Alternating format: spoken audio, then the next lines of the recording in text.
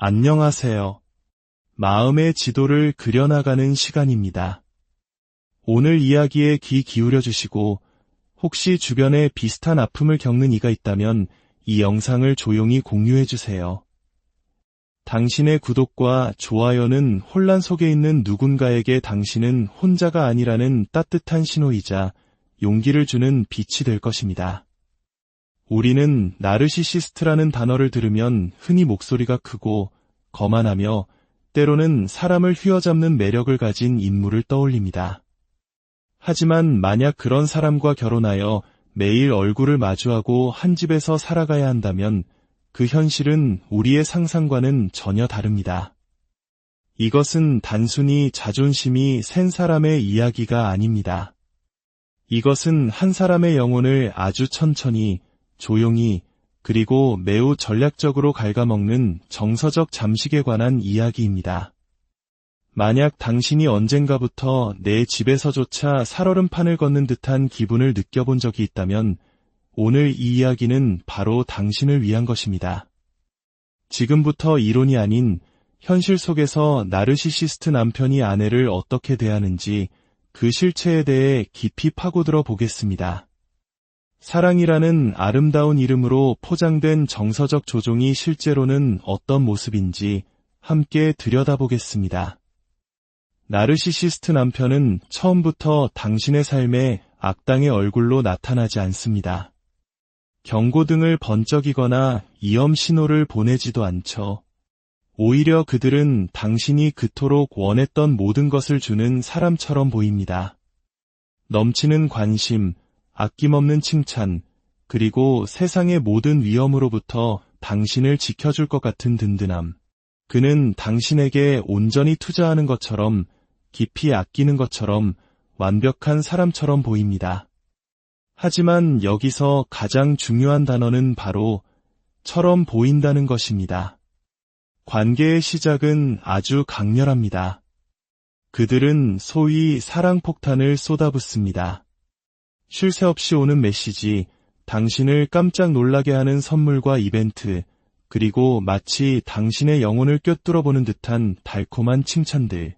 당신은 그에게 선택받았고 드디어 나를 알아주는 사람을 만났으며 어쩌면 구원받았다는 느낌마저 듭니다. 당연히 당신은 마음의 문을 활짝 엽니다. 당신의 모든 것을 투자하고 이것이 진짜 운명적인 사랑이라고 굳게 믿게 되죠. 세상에 어떤 사람이 그런 열렬한 사랑을 거부할 수 있을까요? 하지만 사실 이 모든 것은 치밀하게 설계된 덫의 시작입니다. 초반의 그 강렬함은 진정한 교감에서 비롯된 것이 아닙니다. 그것은 철저한 연기이자 당신을 낳기 위한 미끼입니다. 일단 당신이 그 관계에 깊이 빠져들고 그가 주는 감정적 황홀감에 의존하기 시작하면 바로 그때부터 모든 것이 미묘하게 변하기 시작합니다.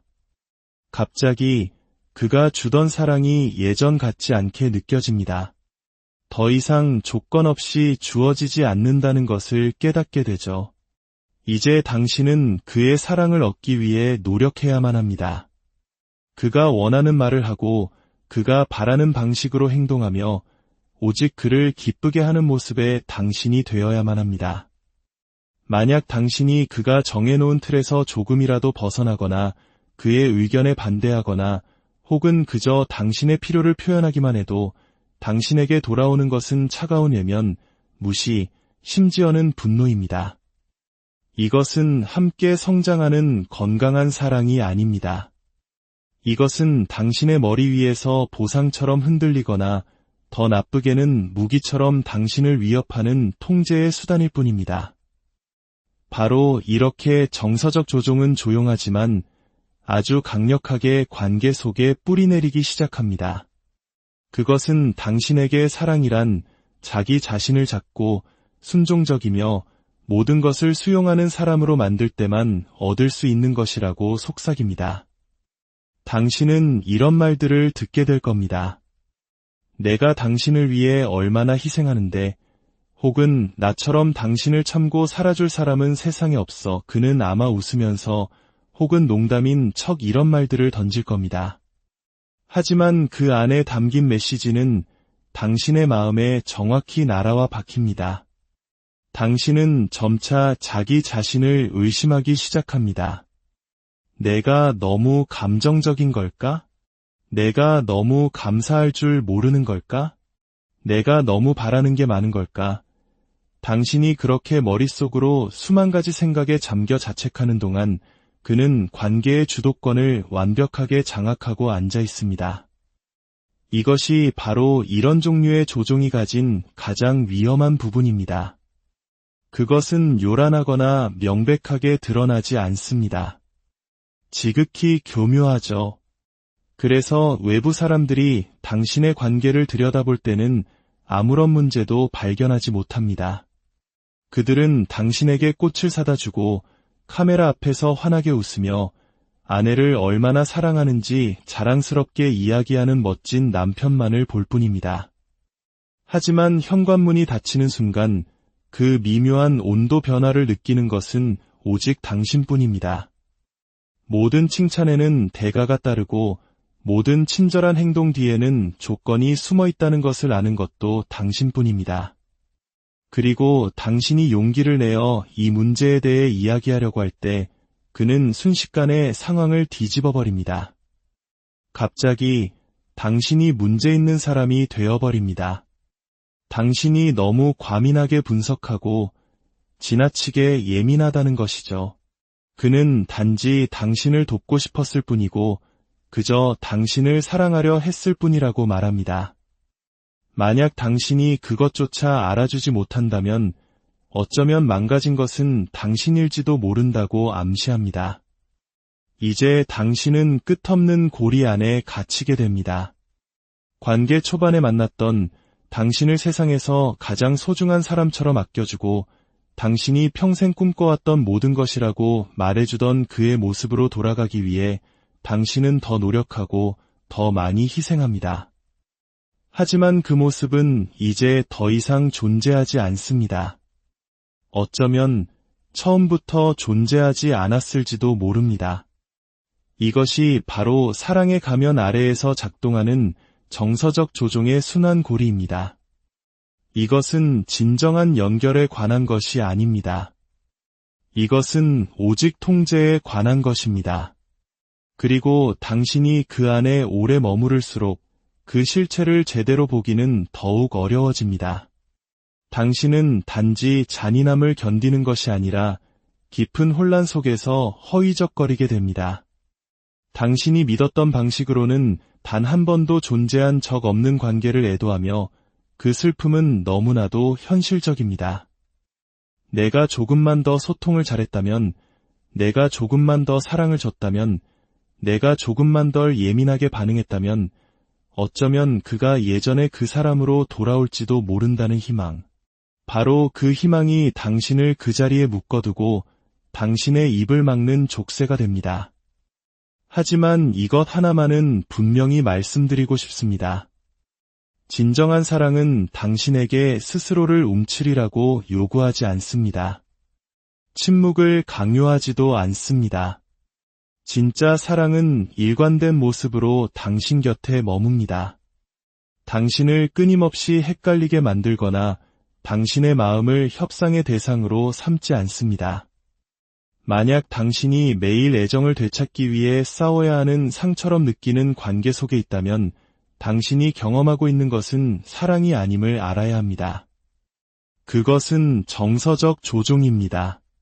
그리고 사랑해라는 말로 포장된 조종은 여전히 조종일 뿐입니다. 가스라이팅은 항상 고함과 함께 시작되지 않습니다. 오히려 아주 부드러운 말투와 교묘하게 뒤틀린 문장으로 시작될 때가 많습니다. 그런 일 없었는데, 라거나 당신이 잘못 기억하고 있네 와 같은 말들. 처음에는 당신도 스스로를 아주 약간 의심할지 모릅니다. 아, 내가 오해했나? 내가 너무 과민 반응했나? 하고 생각할 수도 있죠. 하지만 문제는 이런 일이 한두 번으로 끝나지 않는다는 것입니다. 그것은 계속해서 반복됩니다. 당신이 당신 자신의 현실보다 그의 버전의 현실을 더 신뢰하게 될 때까지 말입니다. 이것이 바로 가스라이팅의 힘입니다. 그것은 단순히 당신을 혼란스럽게 만드는 데서 그치지 않고 당신을 길들입니다. 당신은 더 이상 문제를 제기하지 않고 뭔가 잘못되었다고 느껴지는 것에 대해 이의를 제기하는 것을 멈춥니다. 왜냐하면 그럴 때마다 당신이 마주하는 것은 부정, 화제 전환, 혹은 조롱이기 때문입니다. 당신은 너무 예민하고 드라마틱하며 감정적이라는 말을 듣게 되죠. 결국 그 관계에서 살아남기 위해 당신은 스스로 침묵하는 법을 배웁니다. 일시적인 평화를 위해 당신의 목소리를 포기하는 것입니다.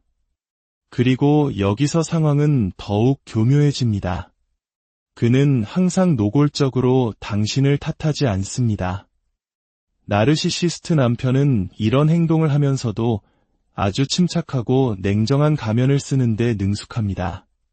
그래서 그가 당신은 항상 별일 아닌 걸로 유난을 떨어 라고 말할 때 그것은 마치 당신을 돕기 위한 조언처럼 들립니다. 그가 내 말은 그런 뜻이 아니었는데 당신이 오해한 거야 라고 말할 때 그것은 단순한 해명처럼 들립니다.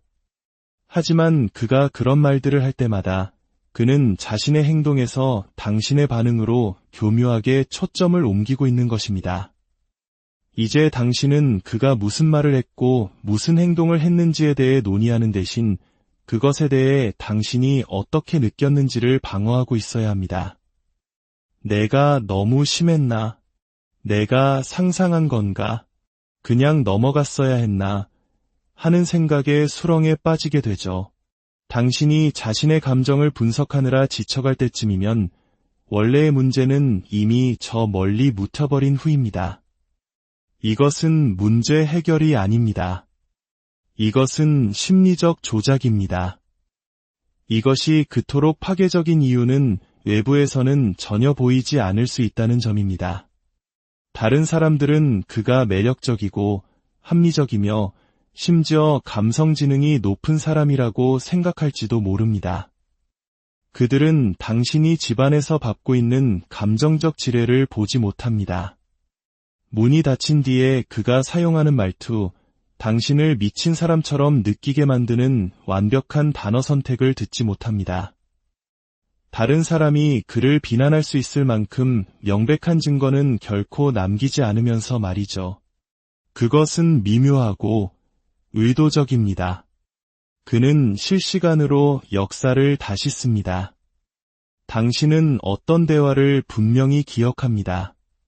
당신의 마음의 상처로 남은 단어들, 당신을 흔들었던 순간들. 하지만 그는 그것을 완전히 부정할 겁니다. 단지 그 의미를 부정하는 것이 아니라 그런 일이 일어난 적조차 없다고 말이죠. 당신이 뭐라고 말했는지 정확히 기억해 라고 주장하면 그는 당신이 상황을 왜곡하고 있거나 기억력이 나쁘다고 비난할 겁니다. 더 심하면 그런 얘기를 꺼내는 당신이 불안정하다고 몰아세울 겁니다. 이런 끊임없는 이야기의 뒤집기는 당신의 자신감을 잠식합니다. 당신은 자신의 직감을 더 이상 믿지 않게 됩니다. 무엇이 진실인지, 무엇이 현실인지, 무엇이 옳은지를 그에게 의존하게 되죠. 그리고 일단 그런 전환이 일어나면 당신은 더 이상 정서적으로 취약한 상태가 아니라 그에게 종속된 상태가 됩니다. 그것이 바로 그들의 목표입니다.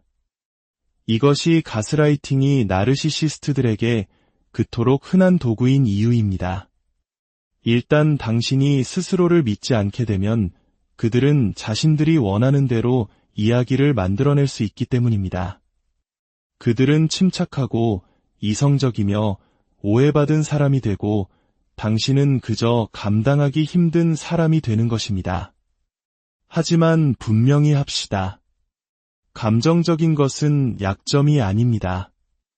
무례함에 반응하는 것이 당신을 불안정하게 만드는 것이 아닙니다. 자신의 경계를 지키는 것이 당신을 통제적인 사람으로 만드는 것이 아닙니다. 이것들은 나르시시스트들이 판을 뒤집고 당신의 가치를 의심하게 만들기 위해 사용하는 서사일 뿐입니다. 당신의 현실이 안개처럼 흐릿하게 느껴질 때, 당신이 무엇을 잘못했는지 기억도 나지 않는데 늘 사과하고 있을 때, 당신의 기억이 법정이 되고 그가 항상 승소하는 변호사일 때 그 신호를 무시하지 마십시오. 그것은 소통의 문제가 아닙니다. 그것은 가스라이팅입니다. 그리고 가장 위험한 거짓말은 당신 자신의 진실을 의심하게 만드는 거짓말입니다. 고립은 그것이 실시간으로 일어날 때 우리는 잘 알아차리지 못합니다. 그래서 그것이 그토록 효과적인 것입니다.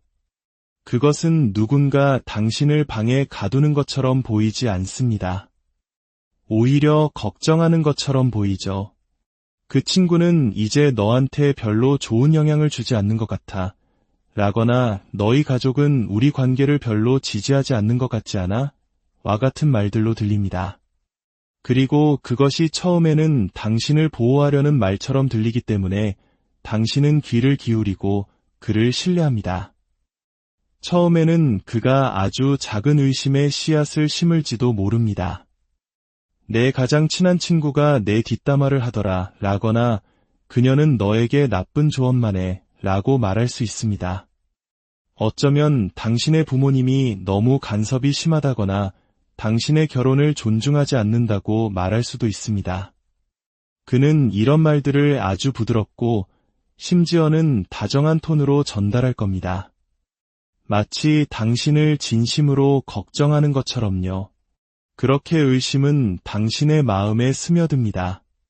당신을 사랑한다고 말하는 사람이니 그가 하는 말이 당신을 위한 것이라고 자연스럽게 믿고 싶어지기 때문입니다. 하지만 시간이 지남에 따라 그 패턴은 명확해집니다. 당신의 든든한 지원 시스템이었고 고민을 털어놓던 상대였으며 안전한 피난처였던 사람들이 점차 불안하고 믿을 수 없거나 불필요한 존재처럼 느껴지기 시작합니다. 그리고 당신은 아주 조금씩 그들에게서 멀어지기 시작합니다. 약속을 취소하고 전화를 덜 하게 되고 예전만큼 많은 것을 공유하지 않게 됩니다. 왜냐하면 이제 당신이 그들과 무언가를 공유할 때마다 그가 그것을 문제 삼고 비판하고 의심의 씨앗을 심기 때문입니다. 그래서 당신은 원해서가 아니라 그저 그 편이 더 쉽기 때문에 더 이상 손을 내밀지 않게 됩니다. 그러다 문득 고개를 들어보면 당신은 혼자가 되어 있다는 것을 깨닫게 됩니다. 고립이 항상 감옥처럼 느껴지는 것은 아닙니다. 때로는 평화처럼 느껴지기도 합니다. 갈등이 줄어들고 긴장이 완화되기 때문이죠. 하지만 그 평화는 만들어진 것입니다.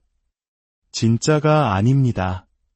그것은 안전함에서 오는 고요함이 아니라 억압에서 오는 침묵입니다. 이제 상황은 더욱 깊어집니다. 당신이 대화하는 사람이 줄어들수록 당신의 건강한 자아상을 비춰주는 거울도 줄어듭니다. 나르시시스트 남편은 바로 그것을 원합니다. 외부의 목소리가 사라지면 그의 목소리가 당신이 듣는 유일한 목소리가 되기 때문입니다. 당신의 자아, 가치, 그리고 현실을 형성하는 유일한 목소리. 일단 그가 그 통제권을 쥐게 되면 그는 더 이상 지배하기 위해 목소리를 높일 필요가 없습니다. 그저 제안하고 암시하고 교정하기만 하면 당신은 저절로 줄을 서게 됩니다. 그가 당신의 배출구를 막고 있는 것입니다. 왜냐하면 연결은 통제에 대한 위협이기 때문입니다. 다른 누군가가 당신이 겪는 일을 이해하도록 도와준다면 당신은 상황을 명확하게 보기 시작할지도 모릅니다. 당신이 문제가 아니라는 것을 깨달을지도 모릅니다. 그리고 그것은 생존을 위해 권력이 필요한 사람에게는 매우 위험한 일입니다. 나만 있으면 되잖아. 내가 있는데 왜 굳이 다른 사람들을 찾아가? 와 같은 말을 들을 수도 있습니다. 표면적으로는 사랑의 고백처럼 들립니다. 하지만 당신의 세상이 얼마나 작아졌는지, 당신의 인간관계가 얼마나 얕아졌는지 그 패턴을 들여다보면 이것이 사랑이 아니라는 것이 분명해집니다. 이것은 전략입니다. 친밀함으로 위장한 통제입니다. 관계에 문제가 생겼을 때 당신이 정말로 상처받고 망가졌다고 느끼며 혼란스럽고 절박할 때 당신 곁에는 이야기할 사람이 아무도 남아있지 않게 됩니다. 그리고 그것 또한 의도된 것입니다. 이제 당신은 위로와 명확성, 그리고 인정을 받기 위해 바로 그에게 가야만 합니다. 당신을 내내 불안정하게 만들어 온 바로 그 사람에게 말입니다. 이것은 닫힌 시스템을 만듭니다. 당신은 상처를 주는 바로 그 사람에게서만 유일한 위안을 얻을 수 있는 순환고리에 갇히게 됩니다.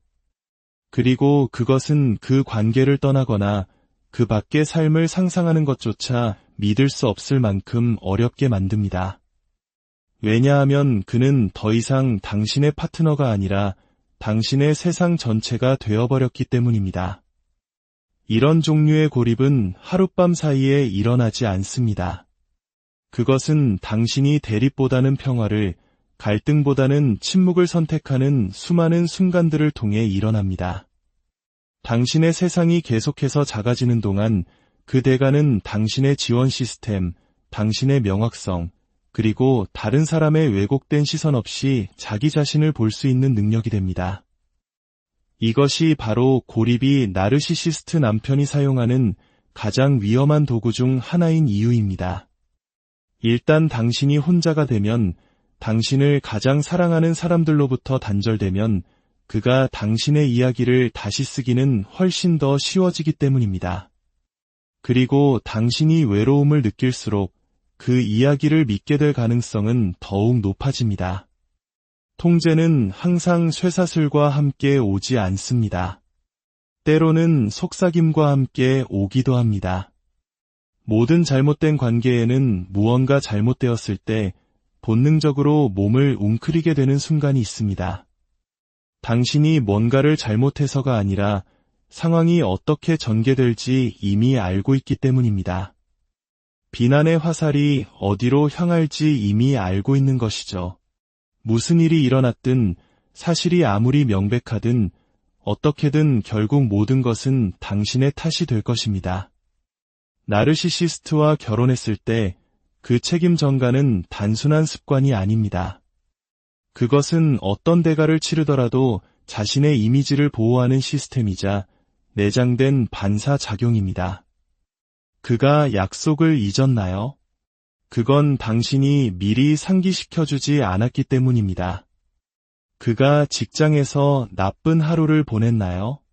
그건 당신이 아침에 그를 짜증나게 했기 때문입니다. 그가 소리를 질렀나요? 그건 당신이 그를 그 지경까지 몰고 갔기 때문입니다. 책임감이라는 단어는 그의 사전에 존재하지 않습니다. 모든 실수, 모든 결점, 모든 실패는 외부로 투사되어 가장 가까이에 있는 당신에게 떨어집니다. 그리고 당신이 그 비난에 맞서 자신을 방어하려고 하면 그는 당신을 비이성적인 사람으로 만듭니다. 당신은 변명만 하고 책임을 회피하며 과거에만 매달리는 사람이 됩니다.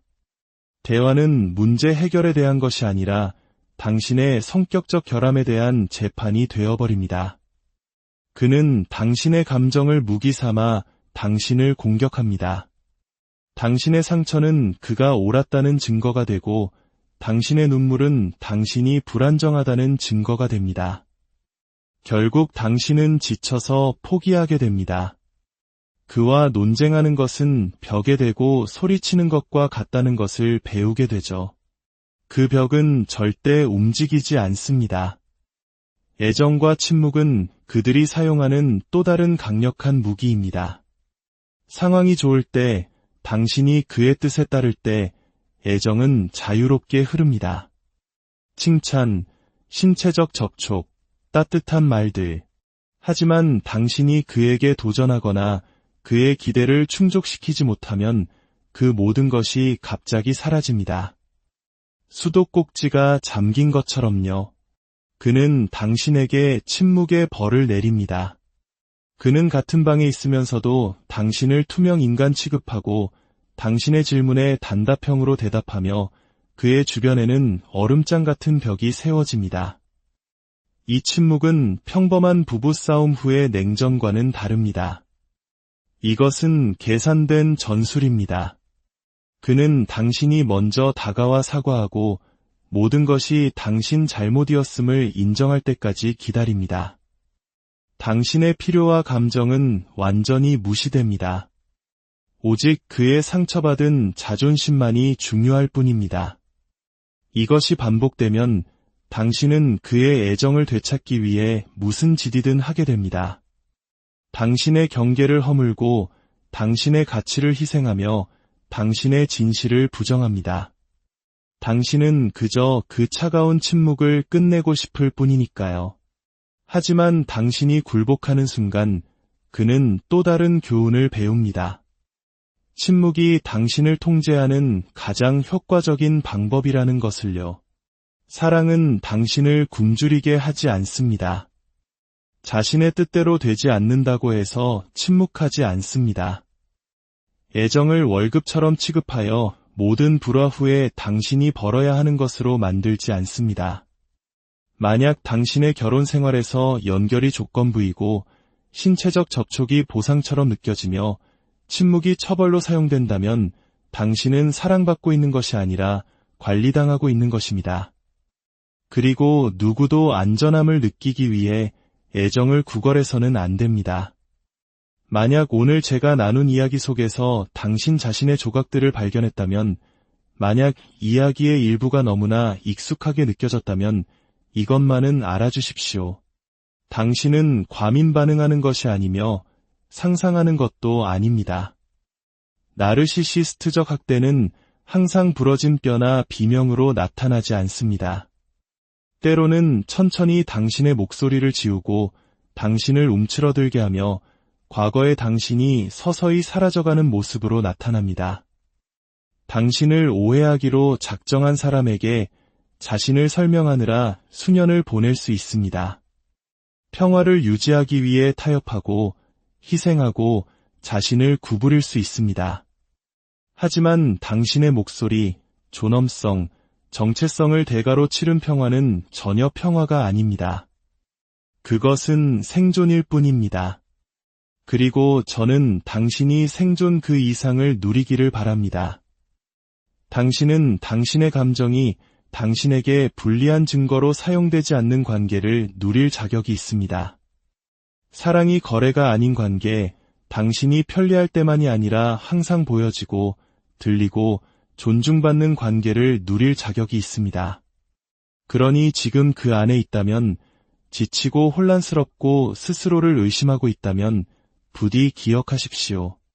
책임지기를 거부하는 사람을 고치는 것은 당신의 일이 아닙니다.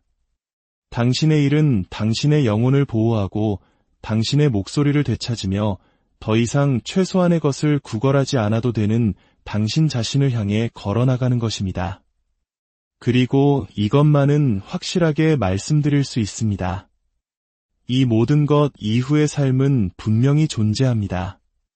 명료함이 있고 평화가 있습니다.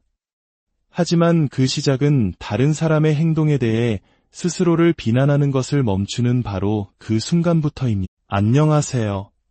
마음의 지도를 그려나가는 시간입니다.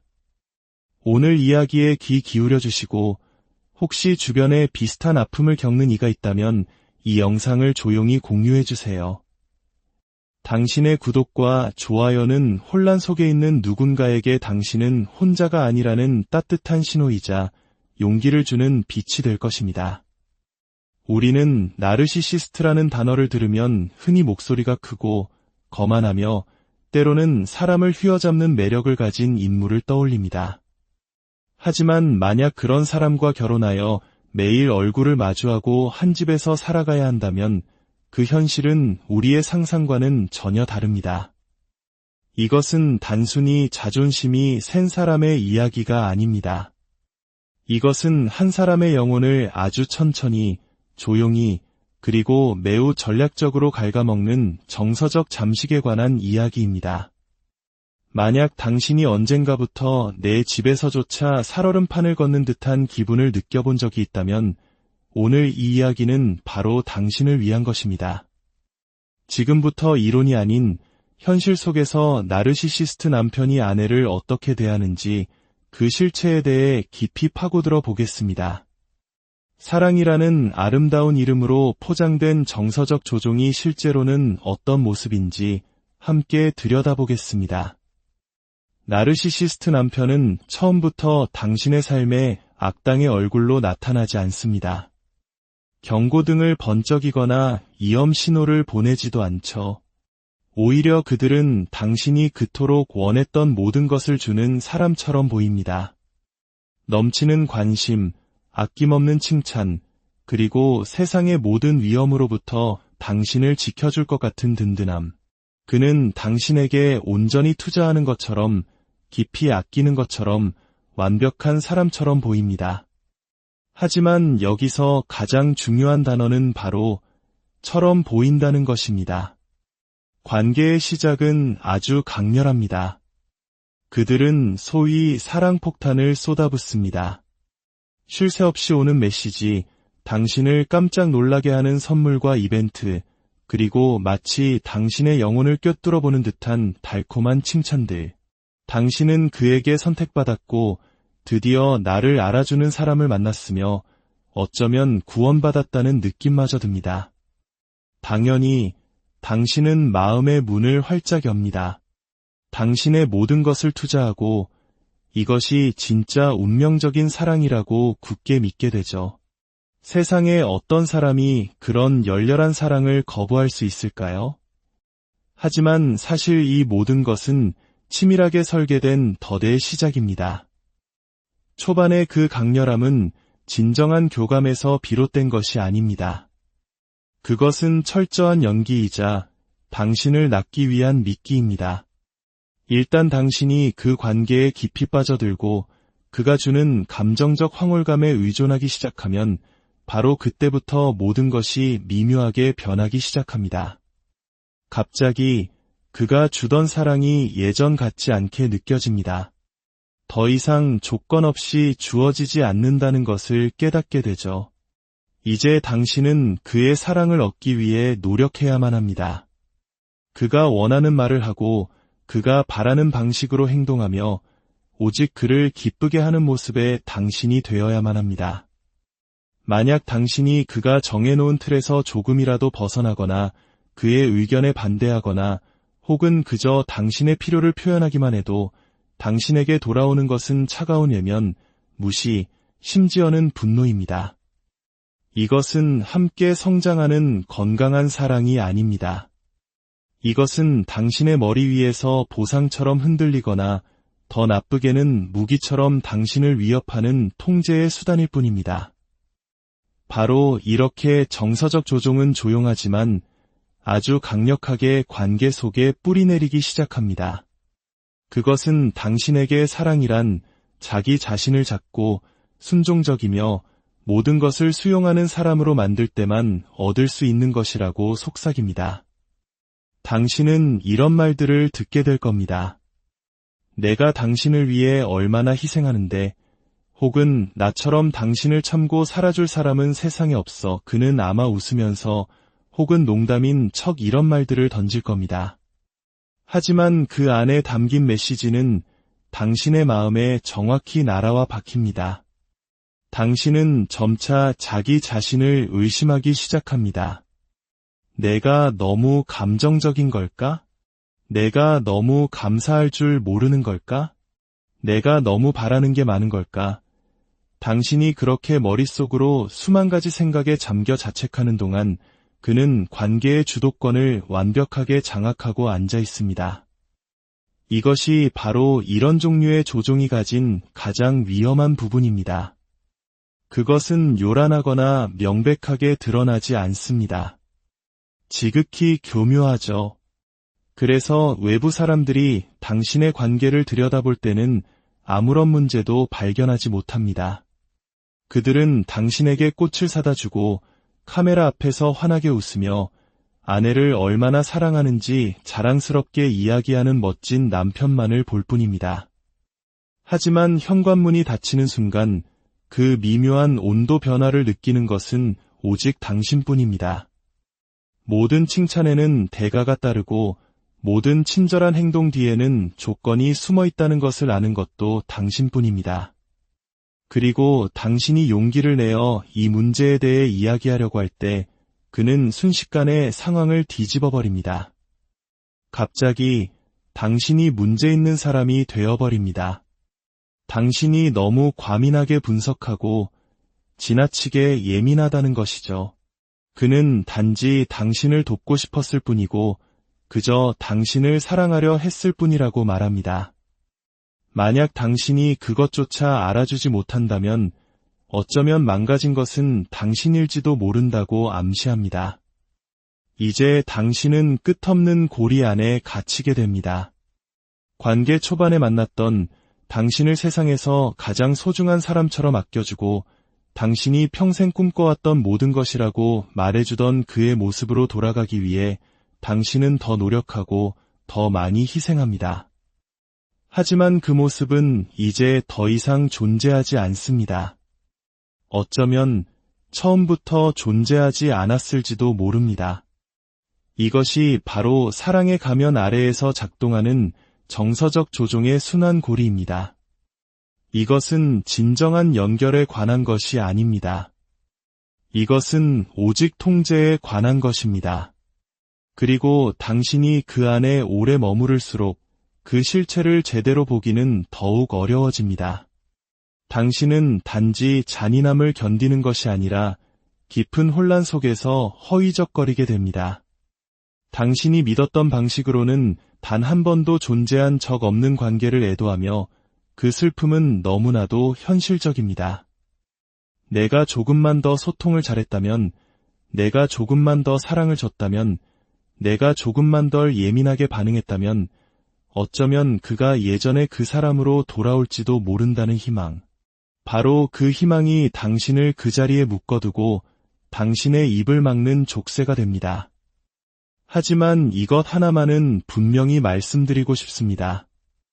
진정한 사랑은 당신에게 스스로를 움츠리라고 요구하지 않습니다. 침묵을 강요하지도 않습니다. 진짜 사랑은 일관된 모습으로 당신 곁에 머뭅니다. 당신을 끊임없이 헷갈리게 만들거나 당신의 마음을 협상의 대상으로 삼지 않습니다. 만약 당신이 매일 애정을 되찾기 위해 싸워야 하는 상처럼 느끼는 관계 속에 있다면 당신이 경험하고 있는 것은 사랑이 아님을 알아야 합니다. 그것은 정서적 조종입니다.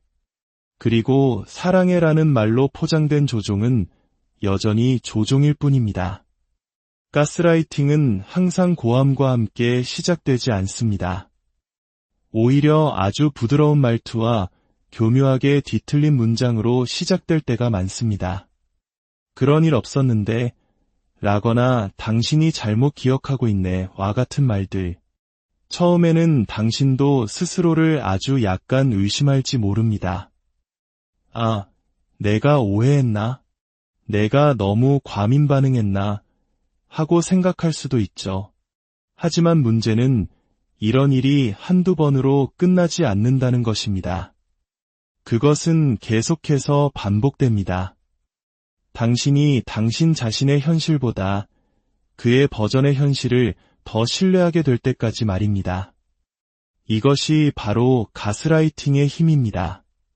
그것은 단순히 당신을 혼란스럽게 만드는 데서 그치지 않고 당신을 길들입니다. 당신은 더 이상 문제를 제기하지 않고 뭔가 잘못되었다고 느껴지는 것에 대해 이의를 제기하는 것을 멈춥니다. 왜냐하면 그럴 때마다 당신이 마주하는 것은 부정, 화제 전환, 혹은 조롱이기 때문입니다. 당신은 너무 예민하고 드라마틱하며 감정적이라는 말을 듣게 되죠. 결국 그 관계에서 살아남기 위해 당신은 스스로 침묵하는 법을 배웁니다. 일시적인 평화를 위해 당신의 목소리를 포기하는 것입니다. 그리고 여기서 상황은 더욱 교묘해집니다. 그는 항상 노골적으로 당신을 탓하지 않습니다. 나르시시스트 남편은 이런 행동을 하면서도 아주 침착하고 냉정한 가면을 쓰는데 능숙합니다. 그래서 그가 당신은 항상 별일 아닌 걸로 유난을 떨어 라고 말할 때 그것은 마치 당신을 돕기 위한 조언처럼 들립니다. 그가 내 말은 그런 뜻이 아니었는데 당신이 오해한 거야 라고 말할 때 그것은 단순한 해명처럼 들립니다. 하지만 그가 그런 말들을 할 때마다 그는 자신의 행동에서 당신의 반응으로 교묘하게 초점을 옮기고 있는 것입니다. 이제 당신은 그가 무슨 말을 했고 무슨 행동을 했는지에 대해 논의하는 대신 그것에 대해 당신이 어떻게 느꼈는지를 방어하고 있어야 합니다. 내가 너무 심했나? 내가 상상한 건가? 그냥 넘어갔어야 했나? 하는 생각에 수렁에 빠지게 되죠. 당신이 자신의 감정을 분석하느라 지쳐갈 때쯤이면 원래의 문제는 이미 저 멀리 묻혀버린 후입니다. 이것은 문제 해결이 아닙니다. 이것은 심리적 조작입니다. 이것이 그토록 파괴적인 이유는 외부에서는 전혀 보이지 않을 수 있다는 점입니다. 다른 사람들은 그가 매력적이고 합리적이며 심지어 감성 지능이 높은 사람이라고 생각할지도 모릅니다. 그들은 당신이 집안에서 받고 있는 감정적 지뢰를 보지 못합니다. 문이 닫힌 뒤에 그가 사용하는 말투, 당신을 미친 사람처럼 느끼게 만드는 완벽한 단어 선택을 듣지 못합니다. 다른 사람이 그를 비난할 수 있을 만큼 명백한 증거는 결코 남기지 않으면서 말이죠. 그것은 미묘하고 의도적입니다. 그는 실시간으로 역사를 다시 씁니다. 당신은 어떤 대화를 분명히 기억합니다. 당신의 마음의 상처로 남은 단어들, 당신을 흔들었던 순간들. 하지만 그는 그것을 완전히 부정할 겁니다.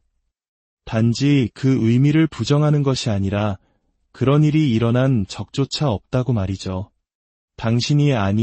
당신이 뭐라고 말했는지 정확히 기억해 라고 주장하면 그는 당신이 상황을 왜곡하고 있거나 기억력이 나쁘다고 비난할 겁니다. 더 심하면 그런 얘기를 꺼내는 당신이 불안정하다고 몰아세울 겁니다. 이런 끊임없는 이야기의 뒤집기는 당신의 자신감을 잠식합니다. 당신은 자신의 직감을 더 이상 믿지 않게 됩니다. 무엇이 진실인지, 무엇이 현실인지, 무엇이 옳은지를 그에게 의존하게 되죠. 그리고 일단 그런 전환이 일어나면 당신은 더 이상 정서적으로 취약한 상태가 아니라 그에게 종속된 상태가 됩니다. 그것이 바로 그들의 목표입니다. 이것이 가스라이팅이 나르시시스트들에게 그토록 흔한 도구인 이유입니다. 일단 당신이 스스로를 믿지 않게 되면 그들은 자신들이 원하는 대로 이야기를 만들어낼 수 있기 때문입니다. 그들은 침착하고 이성적이며 오해받은 사람이 되고 당신은 그저 감당하기 힘든 사람이 되는 것입니다. 하지만 분명히 합시다. 감정적인 것은 약점이 아닙니다. 무례함에 반응하는 것이 당신을 불안정하게 만드는 것이 아닙니다. 자신의 경계를 지키는 것이 당신을 통제적인 사람으로 만드는 것이 아닙니다. 이것들은 나르시시스트들이 판을 뒤집고 당신의 가치를 의심하게 만들기 위해 사용하는 서사일 뿐입니다. 당신의 현실이 안개처럼 흐릿하게 느껴질 때, 당신이 무엇을 잘못했는지 기억도 나지 않는데 늘 사과하고 있을 때, 당신의 기억이 법정이 되고 그가 항상 승소하는 변호사일 때 그 신호를 무시하지 마십시오. 그것은 소통의 문제가 아닙니다. 그것은 가스라이팅입니다. 그리고 가장 위험한 거짓말은 당신 자신의 진실을 의심하게 만드는 거짓말입니다. 고립은 그것이 실시간으로 일어날 때 우리는 잘 알아차리지 못합니다. 그래서 그것이 그토록 효과적인 것입니다. 그것은 누군가 당신을 방에 가두는 것처럼 보이지 않습니다. 오히려 걱정하는 것처럼 보이죠. 그 친구는 이제 너한테 별로 좋은 영향을 주지 않는 것 같아.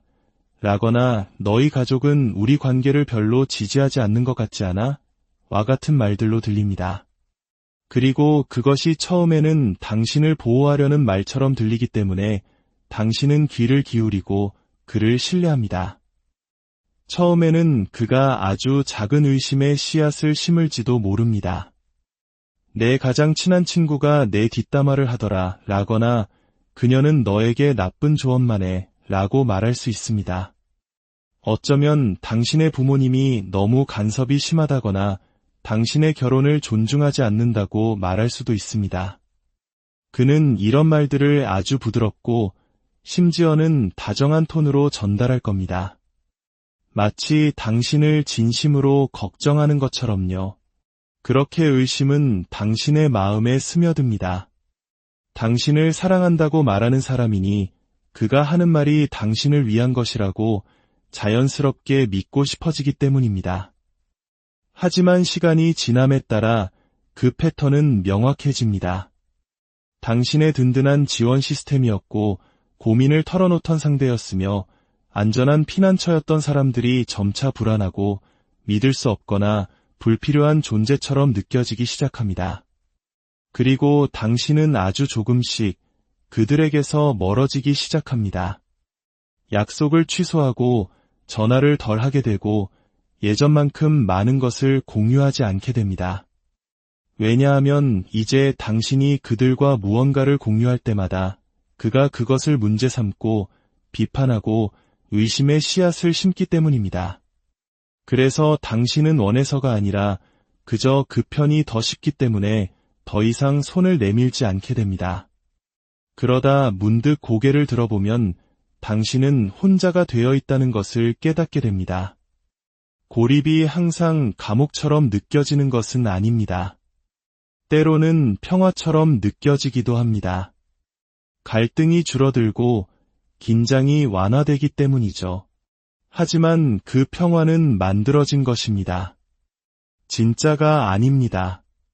그것은 안전함에서 오는 고요함이 아니라 억압에서 오는 침묵입니다. 이제 상황은 더욱 깊어집니다.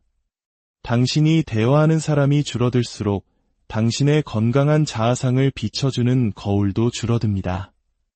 나르시시스트 남편은 바로 그것을 원합니다. 외부의 목소리가 사라지면 그의 목소리가 당신이 듣는 유일한 목소리가 되기 때문입니다. 당신의 자아, 가치, 그리고 현실을 형성하는 유일한 목소리. 일단 그가 그 통제권을 쥐게 되면 그는 더 이상 지배하기 위해 목소리를 높일 필요가 없습니다. 그저 제안하고 암시하고 교정하기만 하면 당신은 저절로 줄을 서게 됩니다. 그가 당신의 배출구를 막고 있는 것입니다. 왜냐하면 연결은 통제에 대한 위협이기 때문입니다. 다른 누군가가 당신이 겪는 일을 이해하도록 도와준다면 당신은 상황을 명확하게 보기 시작할지도 모릅니다. 당신이 문제가 아니라는 것을 깨달을지도 모릅니다.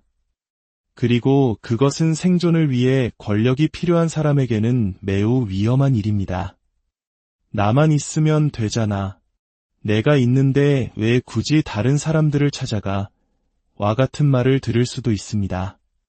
표면적으로는 사랑의 고백처럼 들립니다. 하지만 당신의 세상이 얼마나 작아졌는지, 당신의 인간관계가 얼마나 얕아졌는지 그 패턴을 들여다보면 이것이 사랑이 아니라는 것이 분명해집니다.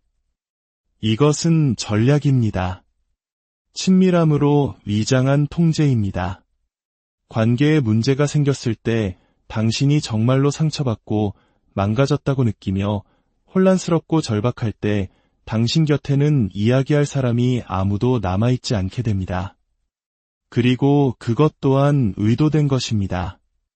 이제 당신은 위로와 명확성, 그리고 인정을 받기 위해 바로 그에게 가야만 합니다.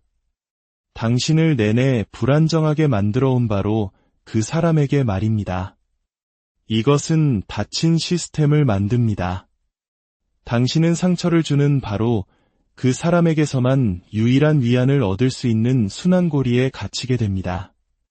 그리고 그것은 그 관계를 떠나거나 그 밖의 삶을 상상하는 것조차 믿을 수 없을 만큼 어렵게 만듭니다. 왜냐하면 그는 더 이상 당신의 파트너가 아니라 당신의 세상 전체가 되어버렸기 때문입니다. 이런 종류의 고립은 하룻밤 사이에 일어나지 않습니다. 그것은 당신이 대립보다는 평화를, 갈등보다는 침묵을 선택하는 수많은 순간들을 통해 일어납니다.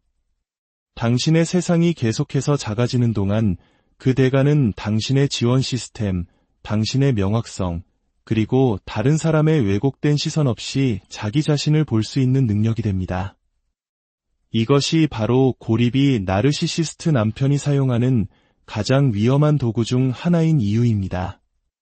일단 당신이 혼자가 되면, 당신을 가장 사랑하는 사람들로부터 단절되면 그가 당신의 이야기를 다시 쓰기는 훨씬 더 쉬워지기 때문입니다.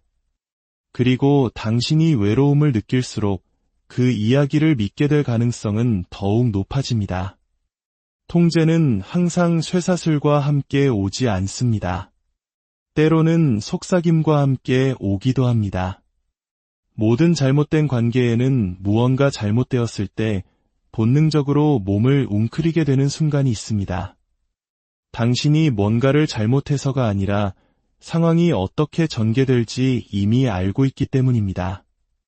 비난의 화살이 어디로 향할지 이미 알고 있는 것이죠. 무슨 일이 일어났든 사실이 아무리 명백하든 어떻게든 결국 모든 것은 당신의 탓이 될 것입니다. 나르시시스트와 결혼했을 때 그 책임 전가는 단순한 습관이 아닙니다. 그것은 어떤 대가를 치르더라도 자신의 이미지를 보호하는 시스템이자 내장된 반사작용입니다. 그가 약속을 잊었나요? 그건 당신이 미리 상기시켜주지 않았기 때문입니다. 그가 직장에서 나쁜 하루를 보냈나요? 그건 당신이 아침에 그를 짜증나게 했기 때문입니다. 그가 소리를 질렀나요? 그건 당신이 그를 그 지경까지 몰고 갔기 때문입니다. 책임감이라는 단어는 그의 사전에 존재하지 않습니다. 모든 실수, 모든 결점, 모든 실패는 외부로 투사되어 가장 가까이에 있는 당신에게 떨어집니다. 그리고 당신이 그 비난에 맞서 자신을 방어하려고 하면 그는 당신을 비이성적인 사람으로 만듭니다. 당신은 변명만 하고 책임을 회피하며 과거에만 매달리는 사람이 됩니다. 대화는 문제 해결에 대한 것이 아니라 당신의 성격적 결함에 대한 재판이 되어버립니다. 그는 당신의 감정을 무기 삼아 당신을 공격합니다. 당신의 상처는 그가 옳았다는 증거가 되고 당신의 눈물은 당신이 불안정하다는 증거가 됩니다. 결국 당신은 지쳐서 포기하게 됩니다. 그와 논쟁하는 것은 벽에 대고 소리치는 것과 같다는 것을 배우게 되죠. 그 벽은 절대 움직이지 않습니다. 애정과 침묵은 그들이 사용하는 또 다른 강력한 무기입니다. 상황이 좋을 때, 당신이 그의 뜻에 따를 때 애정은 자유롭게 흐릅니다. 칭찬, 신체적 접촉, 따뜻한 말들. 하지만 당신이 그에게 도전하거나 그의 기대를 충족시키지 못하면 그 모든 것이 갑자기 사라집니다. 수도꼭지가 잠긴 것처럼요. 그는 당신에게 침묵의 벌을 내립니다. 그는 같은 방에 있으면서도 당신을 투명 인간 취급하고 당신의 질문에 단답형으로 대답하며 그의 주변에는 얼음장 같은 벽이 세워집니다. 이 침묵은 평범한 부부싸움 후의 냉전과는 다릅니다. 이것은 계산된 전술입니다. 그는 당신이 먼저 다가와 사과하고 모든 것이 당신 잘못이었음을 인정할 때까지 기다립니다. 당신의 필요와 감정은 완전히 무시됩니다. 오직 그의 상처받은 자존심만이 중요할 뿐입니다. 이것이 반복되면 당신은 그의 애정을 되찾기 위해 무슨 짓이든 하게 됩니다.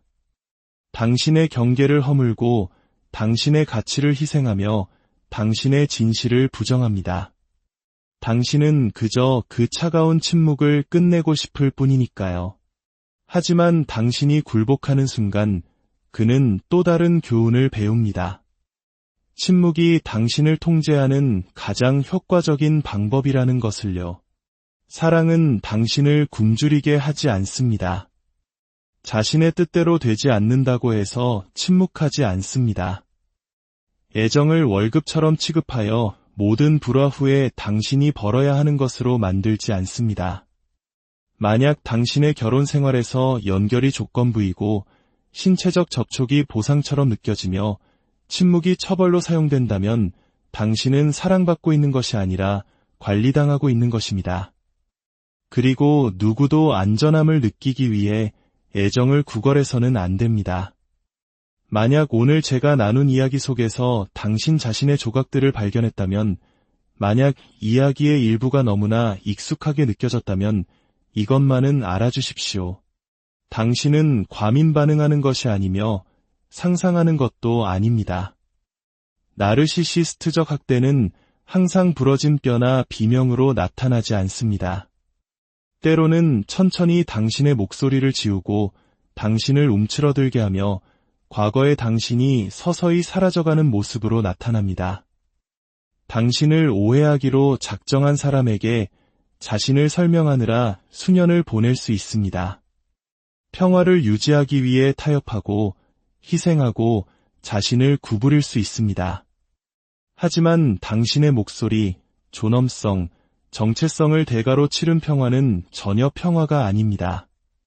그것은 생존일 뿐입니다. 그리고 저는 당신이 생존 그 이상을 누리기를 바랍니다. 당신은 당신의 감정이 당신에게 불리한 증거로 사용되지 않는 관계를 누릴 자격이 있습니다.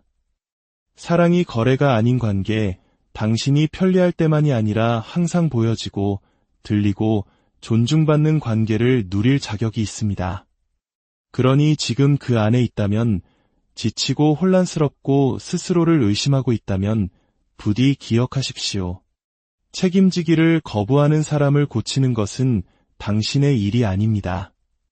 당신의 일은 당신의 영혼을 보호하고 당신의 목소리를 되찾으며 더 이상 최소한의 것을 구걸하지 않아도 되는 당신 자신을 향해 걸어나가는 것입니다. 그리고 이것만은 확실하게 말씀드릴 수 있습니다. 이 모든 것 이후의 삶은 분명히 존재합니다. 명료함이 있고 평화가 있습니다. 하지만 그 시작은 다른 사람의 행동에 대해 스스로를 비난하는 것을 멈추는 바로 그 순간부터입니다. 안녕하세요.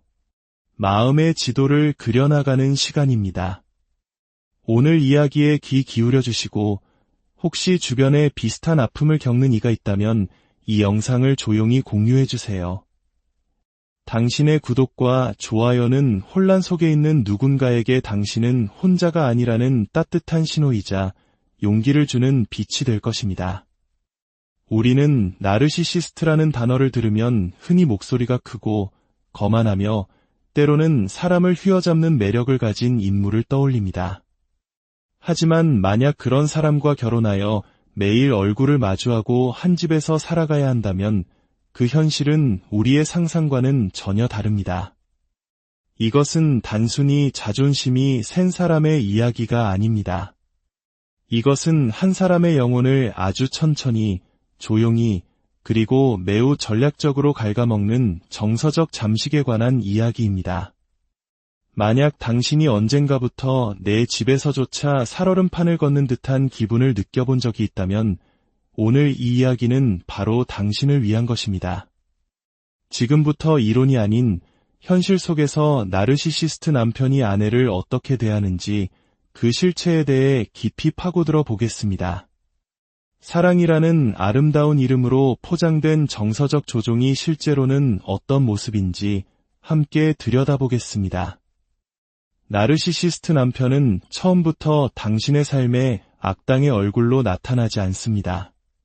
경고등을 번쩍이거나 위험 신호를 보내지도 않죠.